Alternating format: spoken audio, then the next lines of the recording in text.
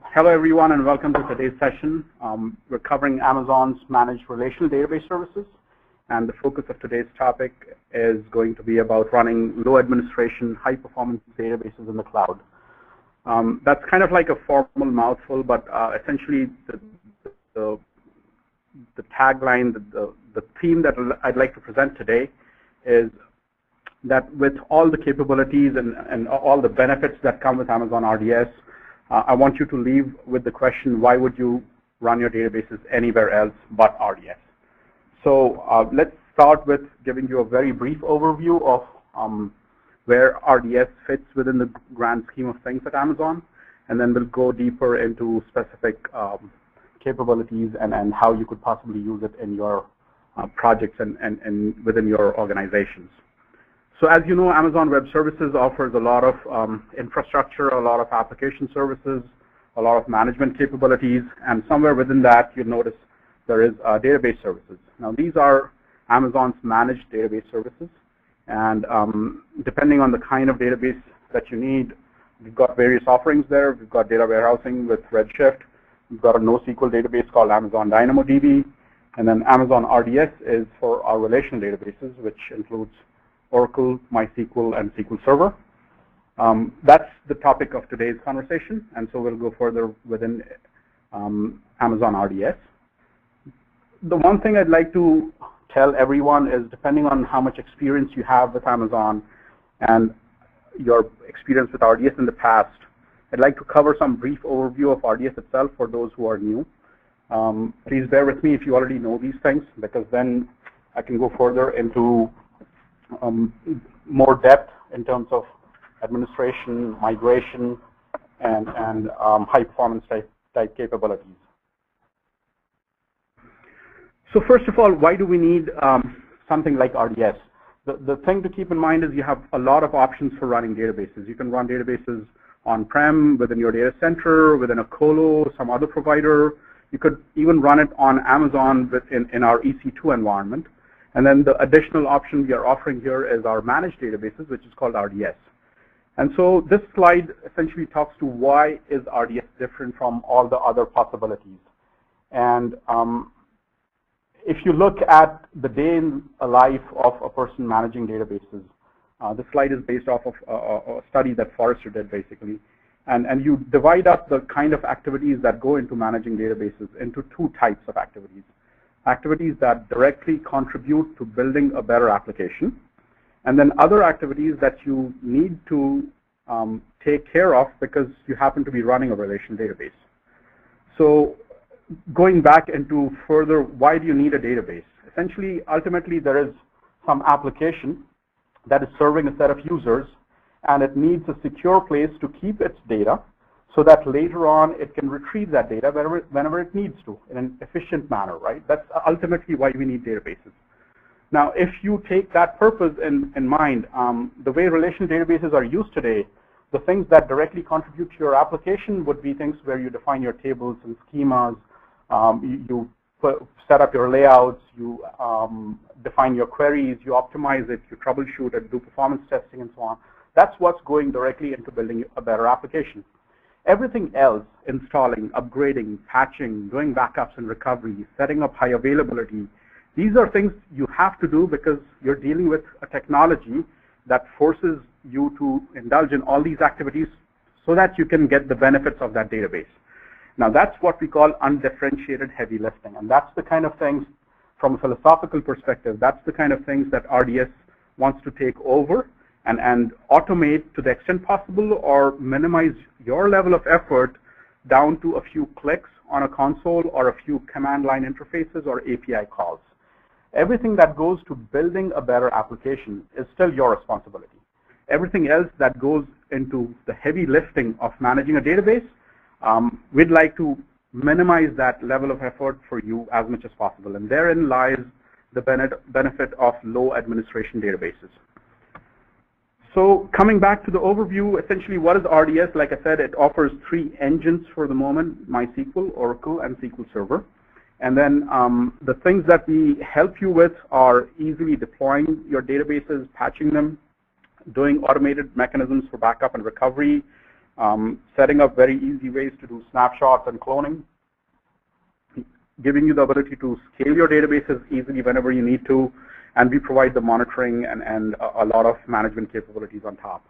That would be, in a nutshell, what RDS offers. We've been available to the public for over 2 years now, starting with MySQL, and there are a lot of customers that already use it for production at a globally deployed scale. I'd like to talk about some of these customers, and essentially we believe a lot of this actually touches people's lives daily. So in a way, you are already using RDS if you're using any of these products. So if you have a Samsung television, you would notice that they have a set of applications that run on the television. They're called the Smart Hub televisions.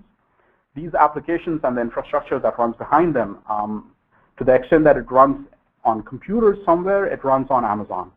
And a lot of that infrastructure also uses databases, and those databases happen to be RDS databases.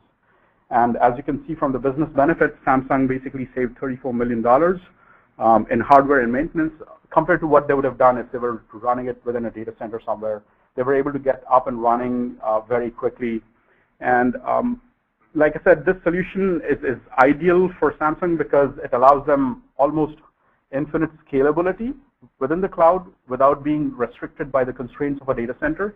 So a typical success story for the cloud in general, but also it uses a lot of databases, and obviously for that they chose to go with RDS. So that's kind of my first case study. The second one I'd like to talk about is a gaming company out of Japan called Gumi. Again, very large customers, again, a very successful use case for the cloud because when you launch a new game, for instance, you don't know how successful it's going to be. So you want to be prepared for adoption by the millions, but then you also have the risk of launching a game that doesn't really take off, and so you don't want to build out capacity, anticipating that kind of demand when it never materializes. And so they, again, chose to run with AWS, and they use a lot of databases for which they use RDS.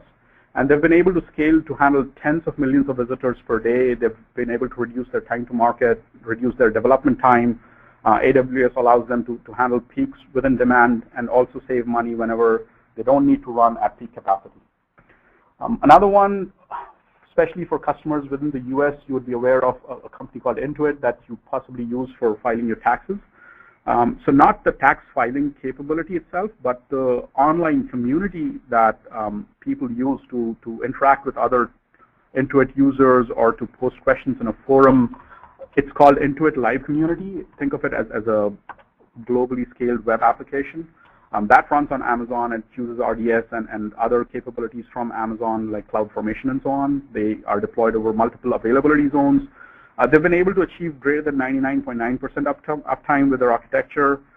They're able to do hands-free recovery using Amazon RDS, and they've been able to speed up their release cycles on almost like a monthly to a weekly basis.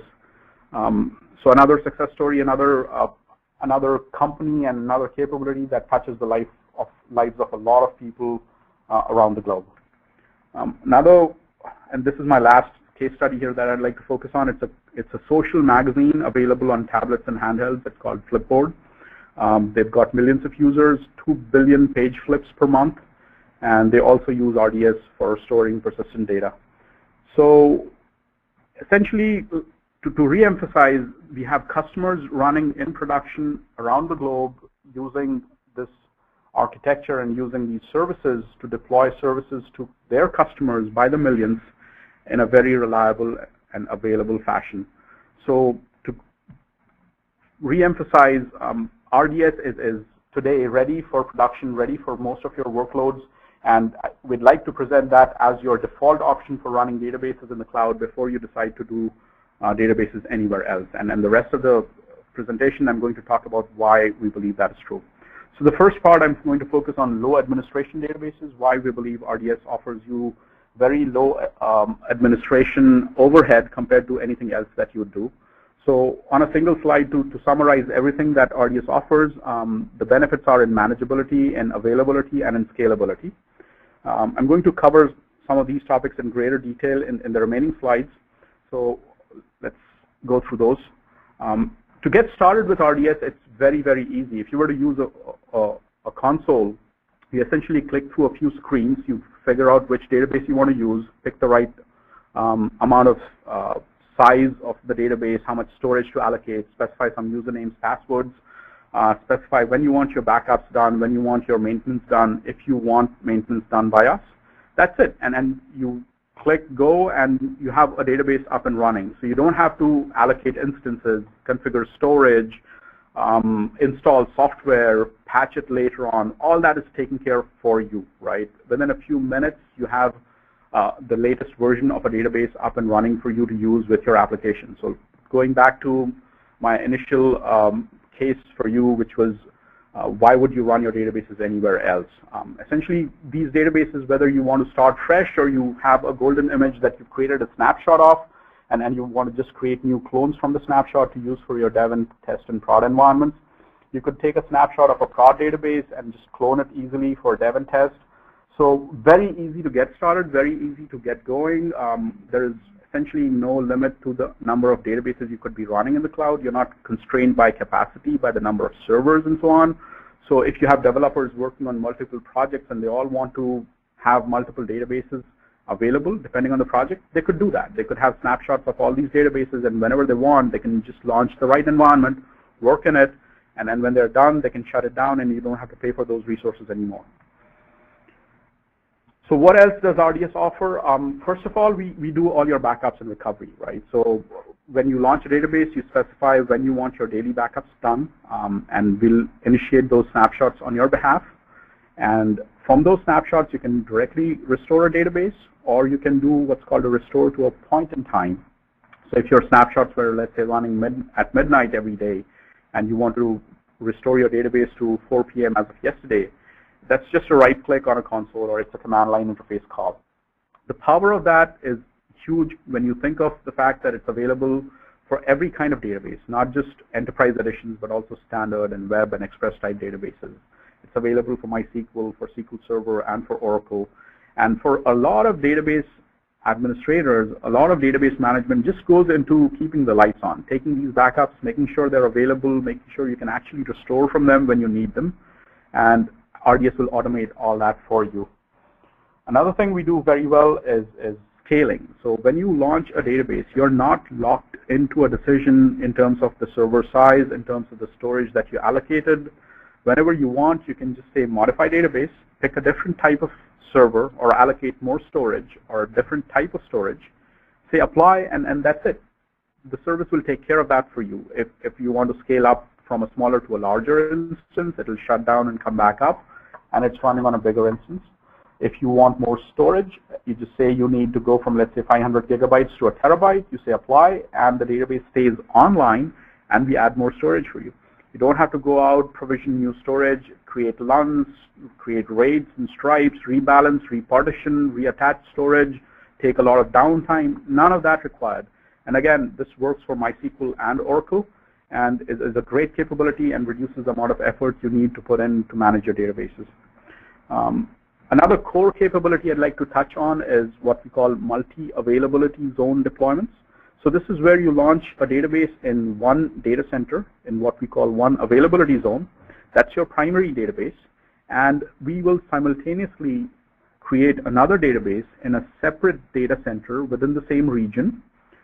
And we will set up synchronous replication between these databases. So you're connected to the primary, your reads and writes are coming from the primary, but whatever changes you make, we'll make sure they are synchronously replicated onto the secondary. We'll monitor both instances. Every 5 seconds, essentially, we ping them to make sure the database is healthy, the instance is reachable, all the database processes are the way they should be. If we sense that the database is not available for whatever reason, we will remap the DNS name of the primary, point it to the secondary, and in 3 minutes or less, you are connected to the secondary without having to change your application. And you have essentially high availability on a mouse click. Now, this is something, again, very, very difficult to achieve. I'm not saying people don't do high availability anywhere else, but the amount of effort that goes into making high availability somewhere else is enormous. And the other thing I'd like to focus on is we've recently reduced prices. So essentially, high availability now costs less than it used to. So better performance, better availability at lower administrative overhead and costs you less. Again, why would you run your databases anywhere else? So here's a slide that compares the amount of effort you'd have to do with, let's say, MySQL if you wanted to set up your own replication for high availability, right? Could be 100 steps or more.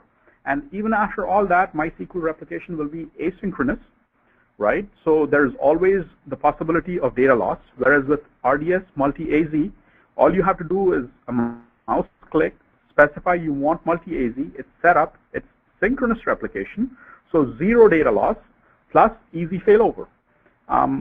Very, very huge benefit for customers running Oracle and MySQL today. Another thing I'd like to focus on specifically for MySQL is read replicas. Very easy way for you to achieve horizontal scalability of your databases. The thing to keep in mind is it's asynchronous and it uses MySQL's native replication technology. But again, very easy to set up. So on the next slide, do-it-yourself MySQL versus Amazon RDS read replica, right? Just do a right click, say create read replica, and you've got a replica running. Same size or different size, same availability zone or different availability zone. You can have one or more. So very easy to set up. We will take care of the replication. We'll let you know how much the lag is between these instances. If for whatever reason that replication fails, all you have to do is terminate the replica, start a new one, and we'll take care of all the underlying effort and heavy lifting for you. So that was the section focusing on low administration. Let's talk about high performance and how we make that happen with RDS. So we recently released phase 2 of what we call provision IOPS with RDS. And what that allows you to do is allocate up to 3 terabytes of storage and up to 30,000 I/O operations per second on a relational database. So the first one I'd like to talk about is Shine Technologies, a customer of ours.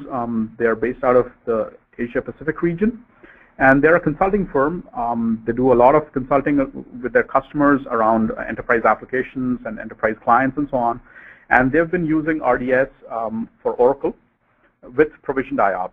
And based on their experience, they were able to cut down their processing times and then do a cost savings of 50% over a 3-year period by using provisioned IOPS. So not only is it faster and better, it reduces processing time, it also saves them money. So great experience for our customers who are using provisioned IOPS. We're already seeing a lot of adoption, and what I'd like to emphasize for everyone here is if you are running a production database on Amazon, if you want high performance and consistent storage performance, you should be selecting provisioned IOPS for your databases. So the highlights of the recent release with provisioned IOPS, first of all, you can allocate up to 3 terabytes. So the original limit used to be only 1 terabyte, but we have expanded that. You can have more storage with your databases now. And depending on the amount of IOPS you allocate, the achievable IOPS for each database would be 25,000 for Oracle, 12,500. So there are a lot of factors that go into this, block sizes, page sizes, and so on.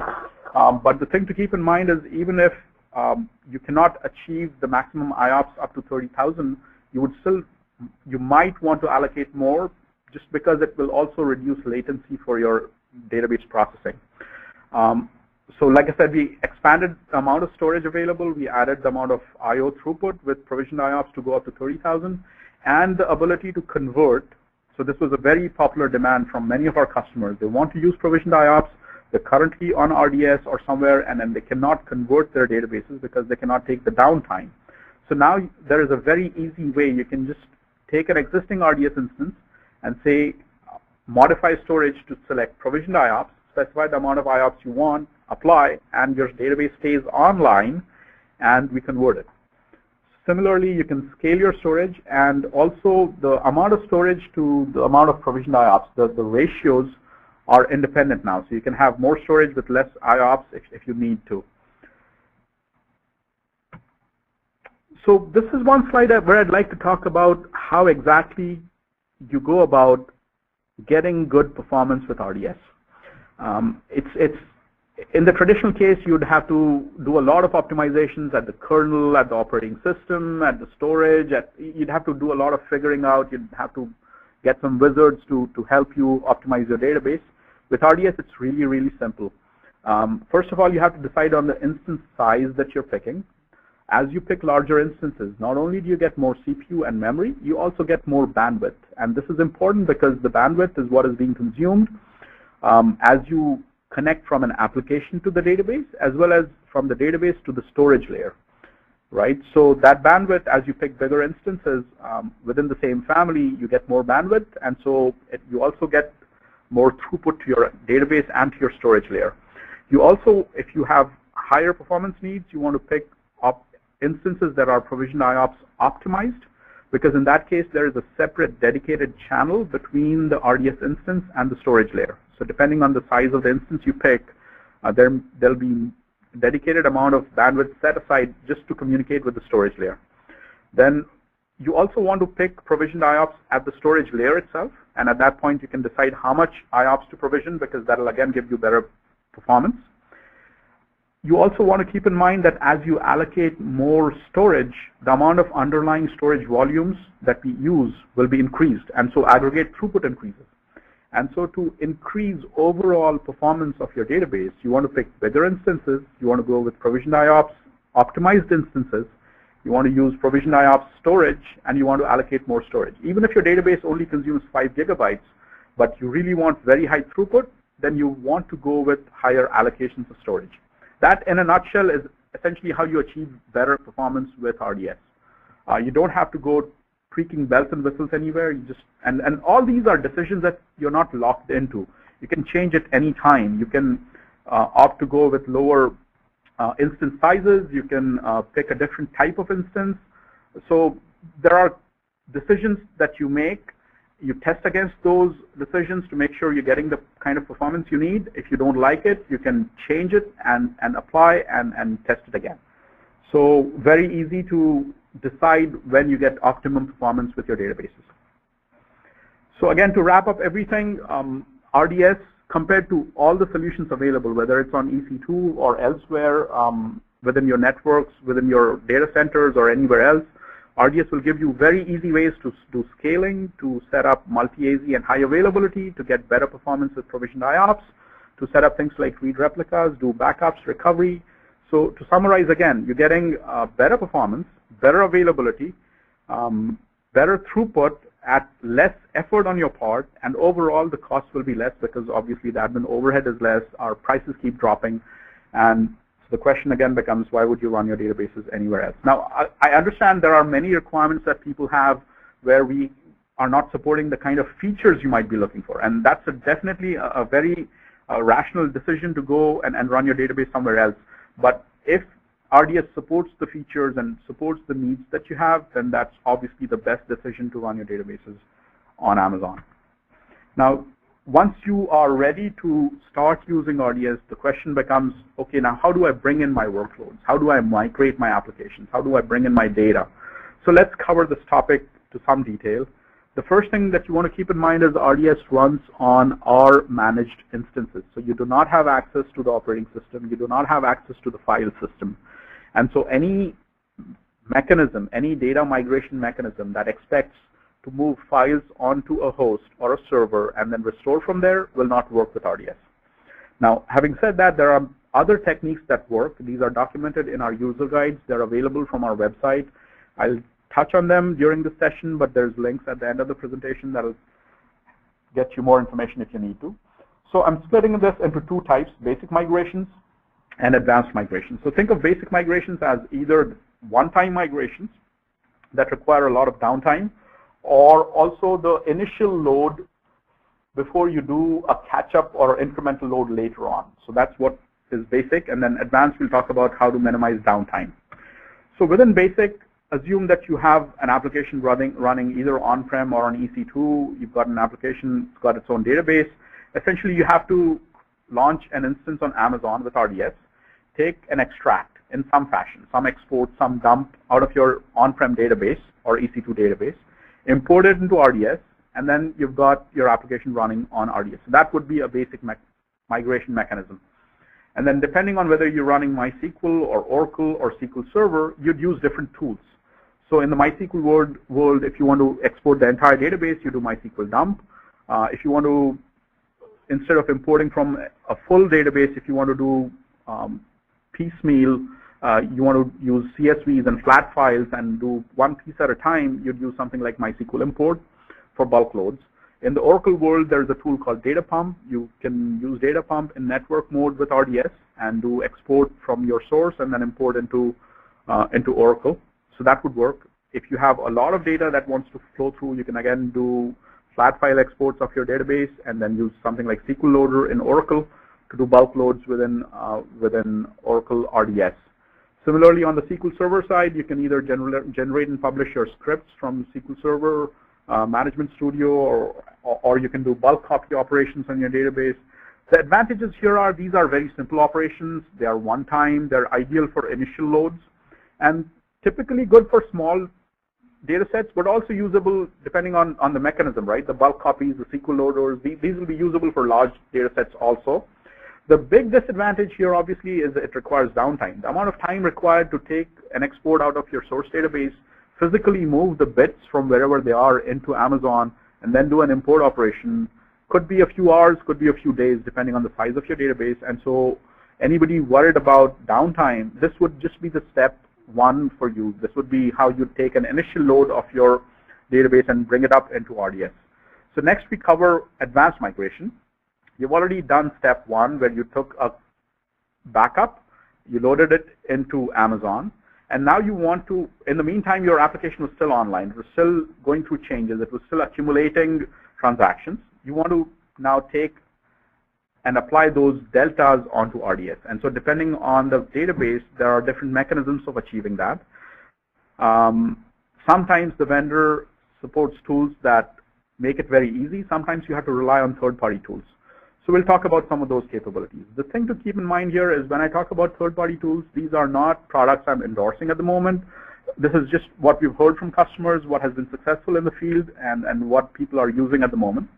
So in MySQL, essentially, once you've taken the original dump and loaded it into RDS, any additional bin logs that you've got on the source, you can then apply them onto RDS using MySQL bin log. There's a lot of effort required there, obviously, but essentially you're capturing SQL, and so you can just apply that SQL onto RDS to do the catch-up load, the incremental load. There's third-party tools like Tungsten Replicator available for MySQL, which will help you do this replication from an external database into RDS if you need that. In the Oracle world, there's a couple options here. First of all, you can set up database links across databases. So you could have a materialized view set up and then replicate that materialized view across the database links. And so you can move data from your source database, whether it's on EC2 or on-prem or somewhere else, into RDS over these database links. Now that obviously requires enterprise edition database, and it requires that a network link be set up. So depending on how things work, it may or may not be possible for you. The other possibility with Oracle, again, would be external commercial tools for setting up replications. The thing to keep in mind is you can replicate into RDS Oracle as long as the tool is going to replay SQL transactions on the destination database.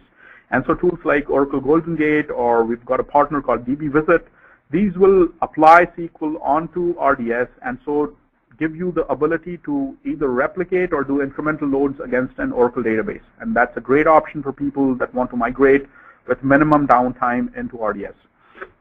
Again, in the SQL Server world, you can set up linked servers and do replication that way. You can use the SSIS package and do incremental loads using that, and so minimize downtime. With all these, the advantages obviously is you are able to do incremental loads. You can do inbound replication with minimum downtime. The disadvantage is it's somewhat complex to set up. It requires a lot of skill sets. But again, to keep in mind, this is very similar to any other data migration you'd have to achieve anywhere else if you were moving a big database. Now, in the future, we hope to make this easier for you, but for the moment, these are your options. This is what I'd recommend for low downtime migrations into RDS. A few post-migration steps that you want to keep in mind. You started an RDS instance, you did an initial load, you did a catch-up load. During that time, you don't want backups running because obviously that's going to slow you down. But after you're done with your migration, you want to turn on backups. You could be running a single instance while you're initially loading it because you don't need high availability at that point. But afterwards, if it's a production database, definitely recommend you use multi-AZ so that you have high availability and failover. At that point, if you need MySQL read replicas, you can launch more replicas as well. You want to, at that point, make sure you are tightening down security, right? You want to allow your application to talk to your database, but nobody else. So shut off any other ports, shut off any other security group rules that you've set up to communicate with the database, and just allow only the application, and maybe one jump host somewhere that can manage the database if you need to. You can also, for monitoring purposes, set up a lot of notifications. You can set alarms using CloudWatch to make sure if you cross CPU thresholds or storage thresholds, your CPU goes beyond 75–80%, you're running into less than 10% available space on your database, you want to get a notification. You can get notified on emails, you can get notified on cell phones or text messages. You can also get notified in case of events like backup, recovery, failover. So you want to make sure your management infrastructure is also in place and your processes are in place. So that essentially is all we're covering today during this session. There's a lot more information available on our user guides, on our FAQs online that I'd like to recommend that you take a look at. We'll cover some questions and answers during the session. Along with me, I've also got Pawan Potukuchi. He's our product manager, and he'll help us take some of these questions. So the first question that we have here is, what about critical security patches? When are they applied? When you create an RDS instance, you can specify what we call as a maintenance window. And so it's a day in a week and a particular time that you choose, a 30-minute time window. RDS allows you to specify version upgrade for your software when you create an instance as well. So you can say automatically upgrade my software. If you specify that option, so we do the software upgrades automatically, which includes the critical security patches as well that are provided by the vendor. So we give you 2 weeks notice before we apply these patches so that you can be adequately prepared. Okay, let me take the next one. It's a question about when to use RDS versus when to use other tools such as DynamoDB, which is a NoSQL database. And the question is, are there any case studies or metrics on classes of applications that indicate what loads to use with RDS versus something like DynamoDB? And so the answer here would be, it's not so much a question of metrics as a fit between your application and the database. If your application can be designed for NoSQL, if it doesn't need relationships between tables, if it doesn't need to do joins or hierarchical queries and so on, if it doesn't need the capabilities of a relational database, then a NoSQL database like Dynamo is a better fit, because Dynamo is infinitely scalable, doesn't have any limits on the kind of I/O throughput that you can get with Dynamo, and there is zero administrative overhead, right? You just specify your database tables, you specify the amount of I/O throughput you need, and often running the application doesn't need to do anything else beyond that. Now, the reason you end up using something like Oracle or MySQL or SQL Server or any other relational database is because your application has the characteristics that require relational databases.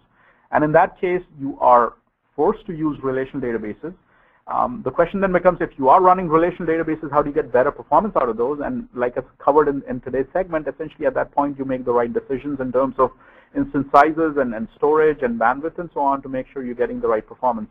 The kind of performance you'll get will obviously depend on the kind of choices you've made.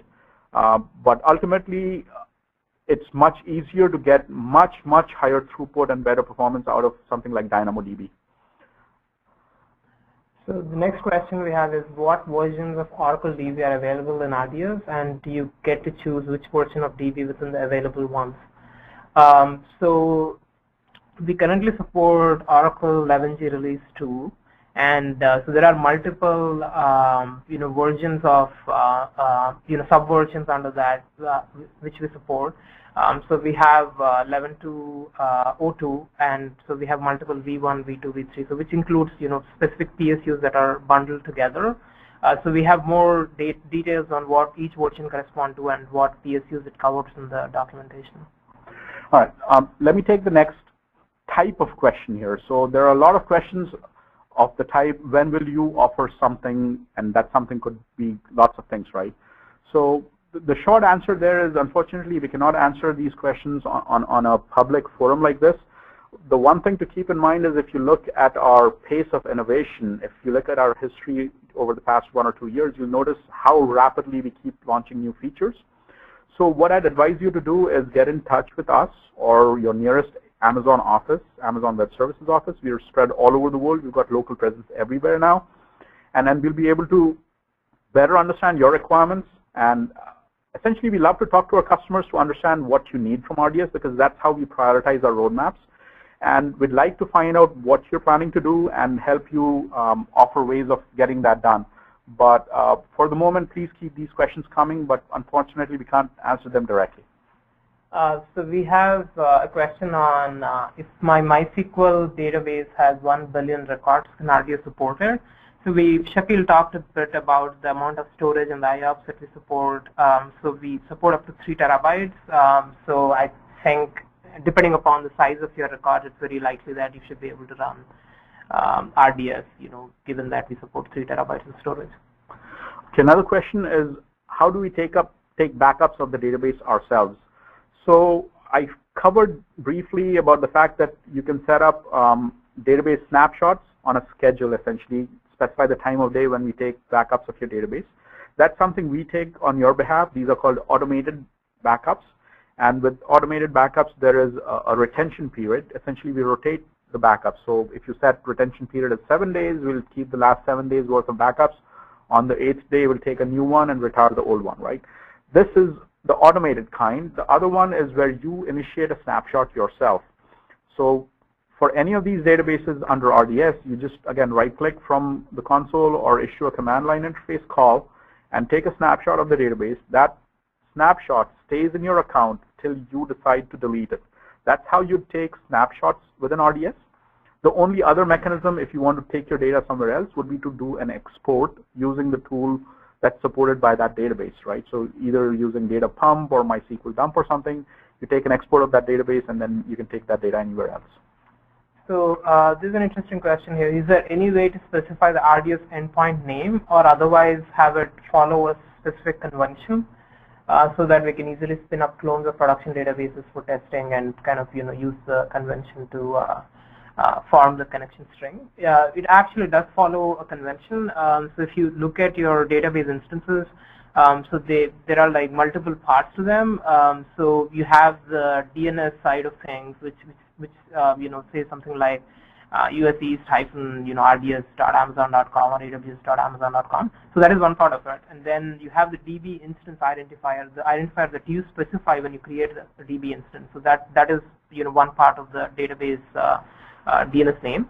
And the other part is what we call as a magic string. So it is specific to an account. So every instance that is created by that account has that magic string. So it does follow a specific convention, and it's dictated by the instance identifier that you are specifying for your instance, so you can easily know what the endpoint is going to be. All right. There's some questions around Oracle licensing, so let me cover that in general.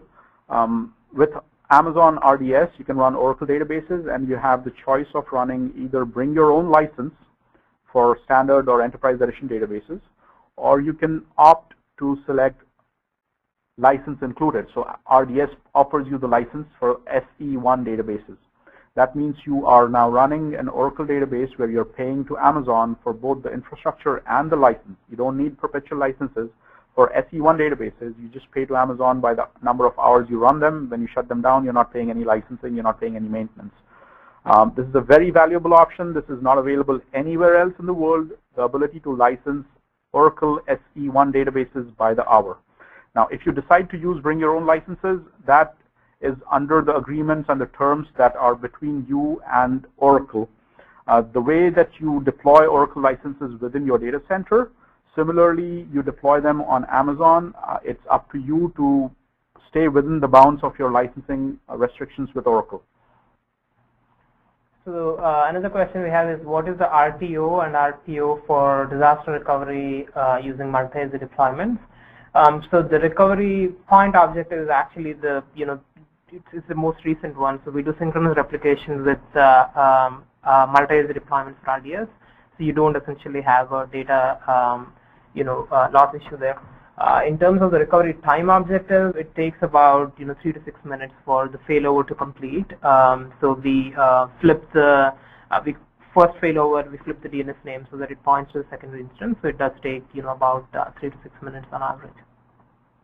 Okay, so one question around, can I choose where the secondary database is for multi-AZ database deployments? And the answer there is you cannot specify where the secondary will come up, because ultimately we need the flexibility to keep moving the secondary, right? We might stand up a secondary in one availability zone, and for whatever reason we believe that availability zone doesn't have enough capacity, is not as healthy as we'd like it to be.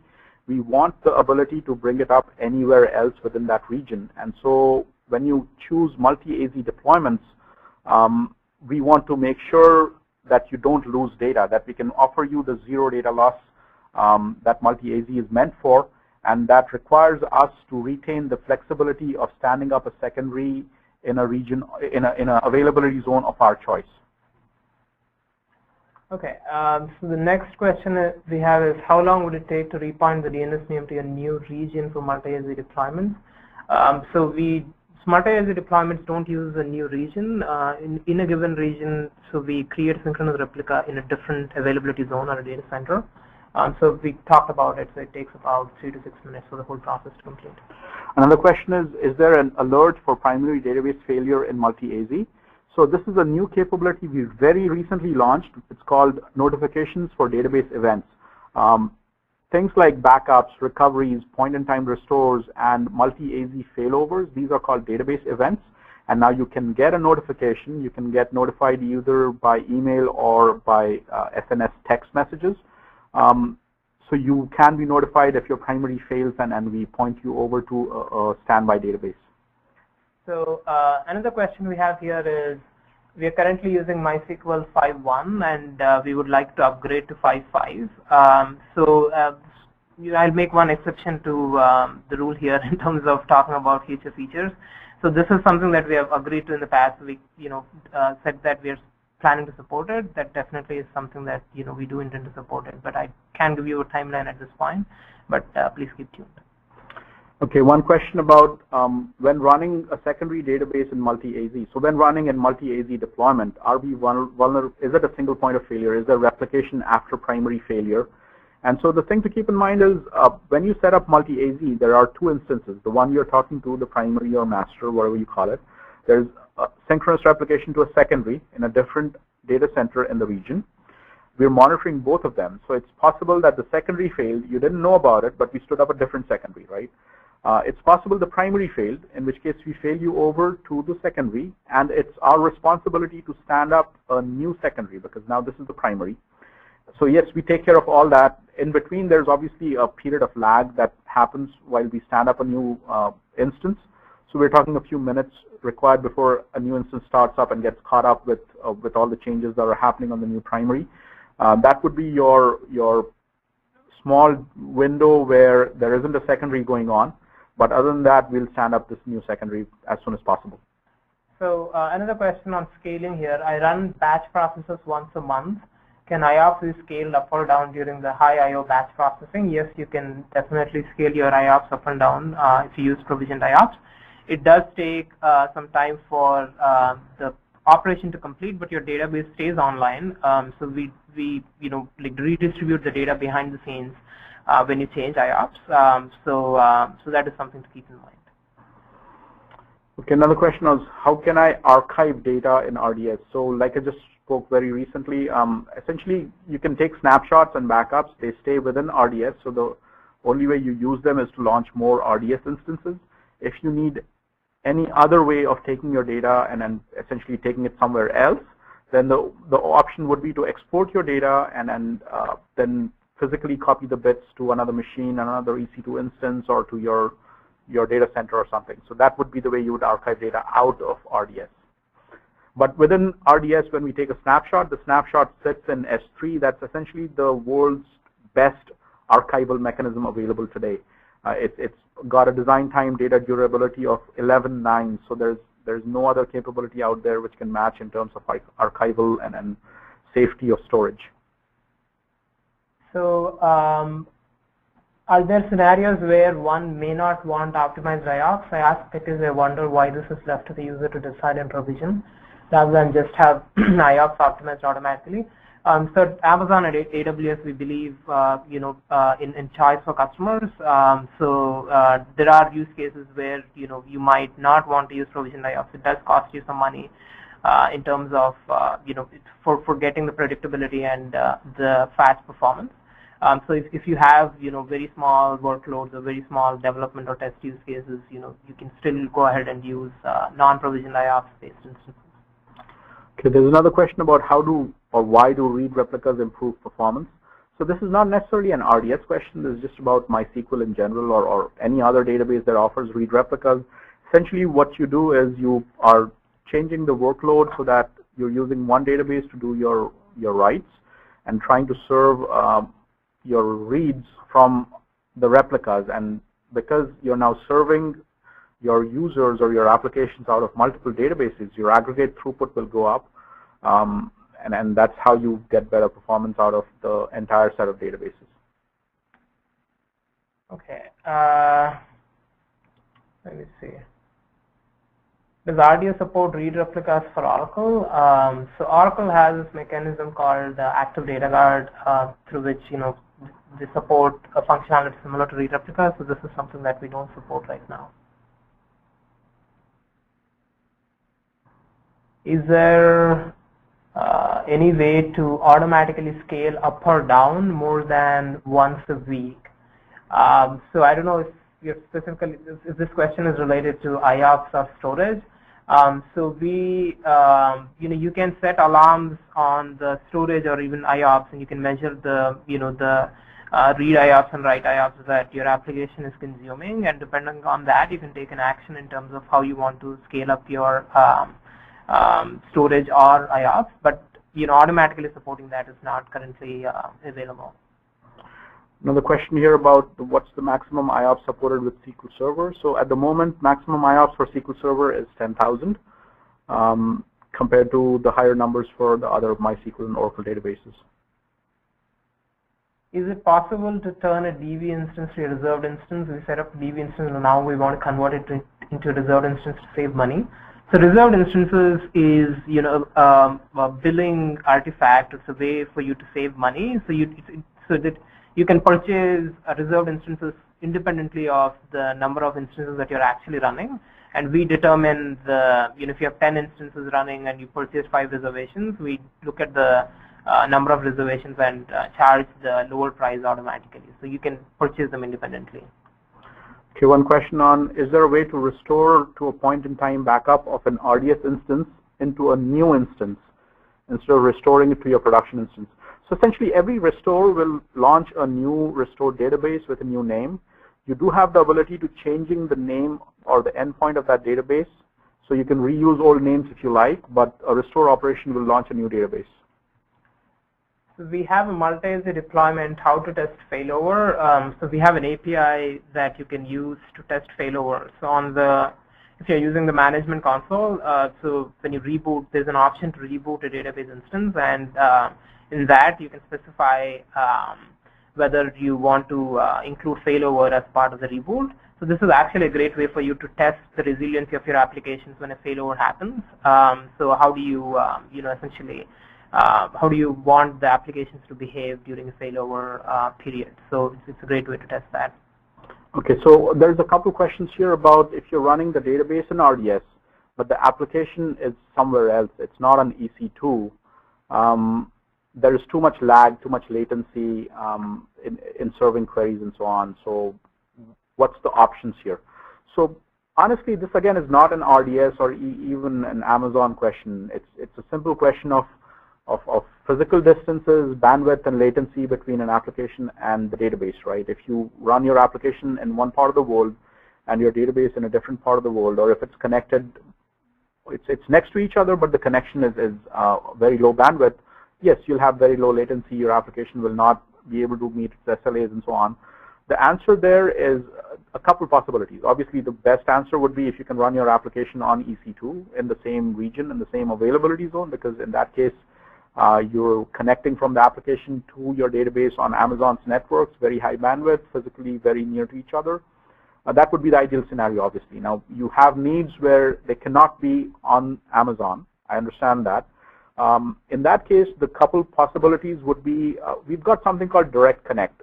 Take a look at that. That's a way of building hybrid architectures. It's a way of running one part of your architecture on Amazon and the other part out of Amazon. Now, whether it's in a colo, it's on-prem, essentially what you can do is set up a network link, and now you need a dedicated link, obviously, because you're going over the public internet and suffering from latencies, so that bandwidth was not sufficient for you.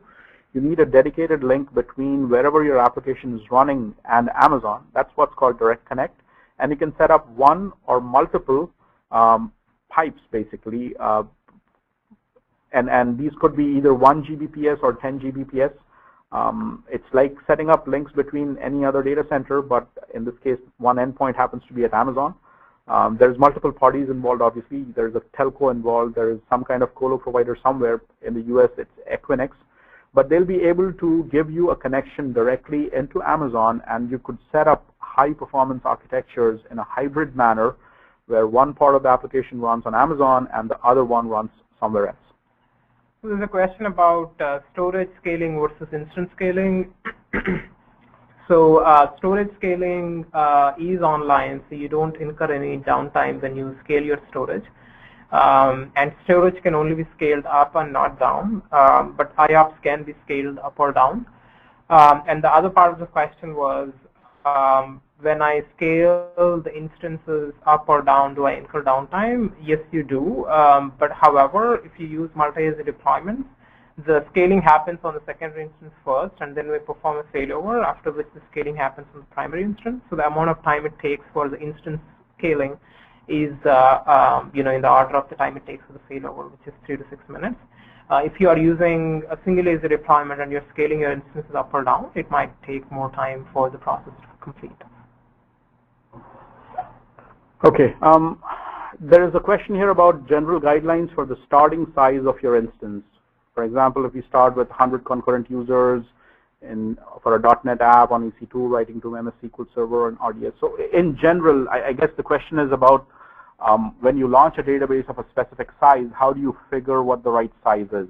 And I could give you many options, many answers here, but honestly, the simplest answer is go with what you believe meets your needs, right? So if in the EC2 world or on-prem, you needed an 8-core box or a 4-core box with 32 gigabytes of RAM, find an instance size which matches on RDS, launch with that, run your application and test it out. If you don't like the performance, you can always scale up to a bigger instance. If you believe there's too much CPU left over, you can scale down to a smaller instance. The effort required to move from one to another is minimal. You're not locked into any instance because, again, you're paying by the hour. If you decide to switch to a different instance, you pay a different rate. That's all there is to it. There's no long-term commitment that says if you launched a 4-core instance for the next month, you got to stay on that. So the short answer, like I said, is try it out. And if you don't like the performance, pick a bigger or smaller instance and go with it. There are a few MySQL questions. I'll quickly take them.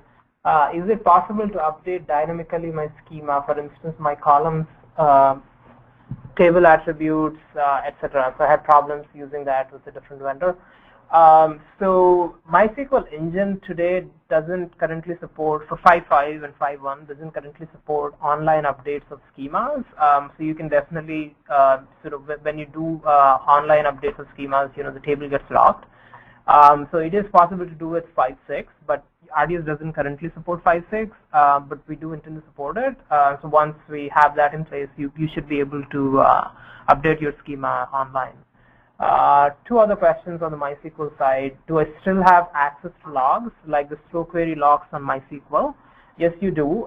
There are a host of logs that RDS makes available, and it's very easy to set these logs up using the parameters, and you can access them directly via the management console, or you can use the APIs to download them.